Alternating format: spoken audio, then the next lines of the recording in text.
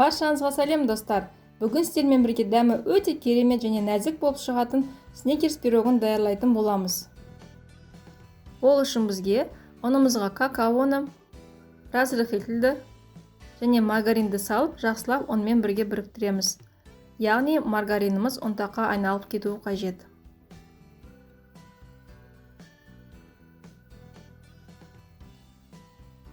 Енді осыған бір дана жұмыртқаны жарып, алдымен қасықпен араластырамыз. Одан кейін қолмен араластырып, қамыр илейміз.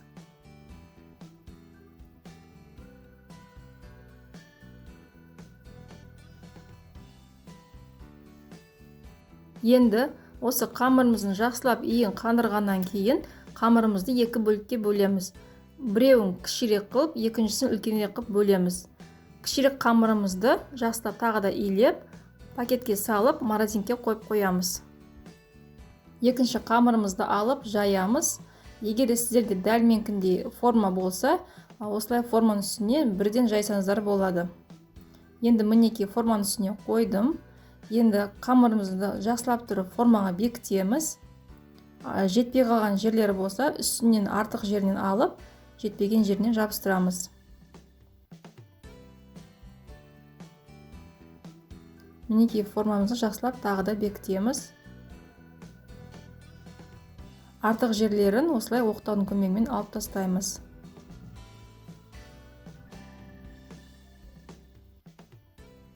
Енді қамырымызды шанышқан көмегімен тесіп шығамыз. Енді салмасын дайындаймыз. Салмасына карамельдің үстіне жаңғағымызды салып, жақсылап тұрып араластырамыз. Яғни екеуін біріктіреміз. Карамельді сапасы жақсы вареный сгущенкамен алмастыруға болады. Егер де сіздерге менің видеом ұнап жатса, лайк басуды, тіркелуді және қоңыраушаны басып қойды ұмытпаңыздар. Өйткені алда мен сіздермен өте керемет пирогтардың рецептісімен бөлісетін боламын. Енді салмамызды алып, қамырдың үстіне салып, біркелкі етіп жайып шығамыз. Салмамыз біртегіс болу қажет.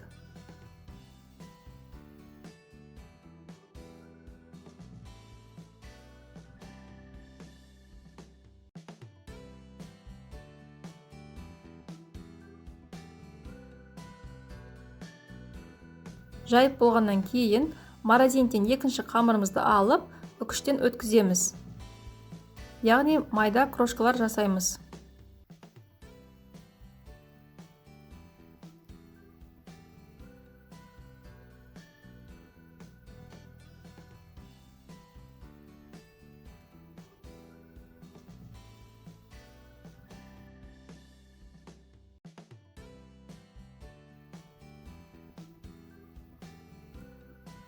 Өткізіп болғаннан кейін дәл осылай жайып шығамыз. Біркелкі етіп, барлық карамельдің барлық үстін жауып шығуымыз керек. Жақсылап жайып болғаннан кейін осы пирогымызды қызып тұрған пеште 180 градусқа 30 минутқа қоямыз. Ал мінекей пирогымыз дайын. Қалауынша бетіне қант ұнтағын сепсеңіздер болады. Мен бұл пирогты бірінші рет жасадым. Және бір жасағаннан мені өзіне баурап алды. Дәмі өте керемет болып шығады. Сіздерге де даярлап көруге кеңес беремін. Енді астарыңыз дәмді болсын. Келесі кездескенше.